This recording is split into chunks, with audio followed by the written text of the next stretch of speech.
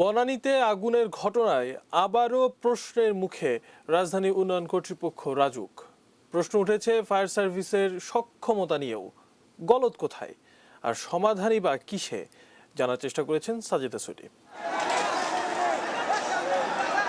দাউ দাউ আগুনে জ্বলে পুড়ে অঙ্গার অনেকগুলো জীবন, অনেকগুলো স্বপ্ন। রাজুক ও ফায়ার সার্ভিস বলছে, শুধু বনানীর এই এফআর টাওয়ারই নয়, ঢাকার অন্তত 11,500 বহুতল ভবন এমন আগুন ঝুঁকিতে।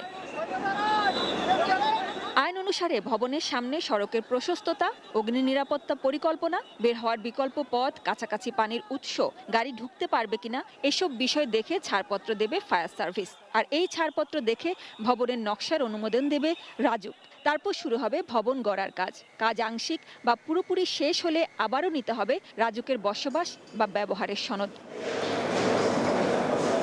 আগে জমা দেওয়া নকশা ধরে ভবনটি হলো কিনা সেটি এ সময় যাচাই করবে রাজুক, কিন্তু বাস্তবে সব ক্ষেত্রে মানা হচ্ছে না এই প্রক্রিয়া। তাই যা হবার তাই হচ্ছে, অগ্নি নিরাপত্তা ব্যবস্থা ছাড়াই নির্মিত হচ্ছে বহুতল ভবন।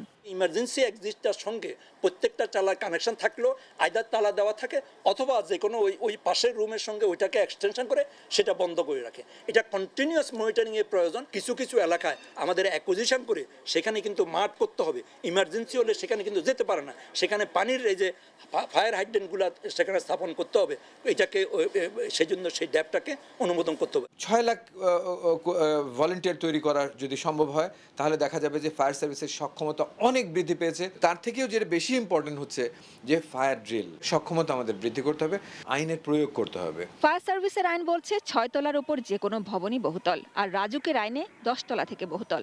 সাংঘর্ষিক এই দুই আইনের কারণে 10 তলার নিচের বহুতল ভবনের নকশা অনুমোদনে ফায়ার সার্ভিসের ছাড়পত্র চায় না রাজুক। ত্রুটিপূর্ণ ভবন বাড়ার এটিও বড় কারণ।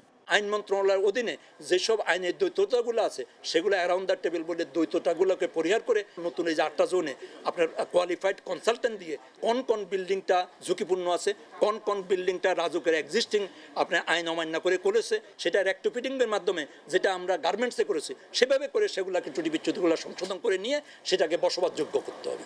সমস্যা শেষ নাই, কিন্তু সমাধানে আসাই এখন সবচেয়ে জরুরি বলে মনে করছেন বিশেষজ্ঞরা।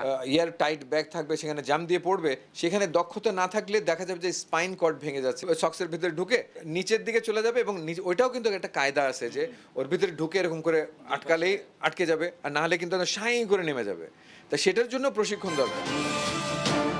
সাজেদা সুইটি, এটিএন নিউজ, ঢাকা।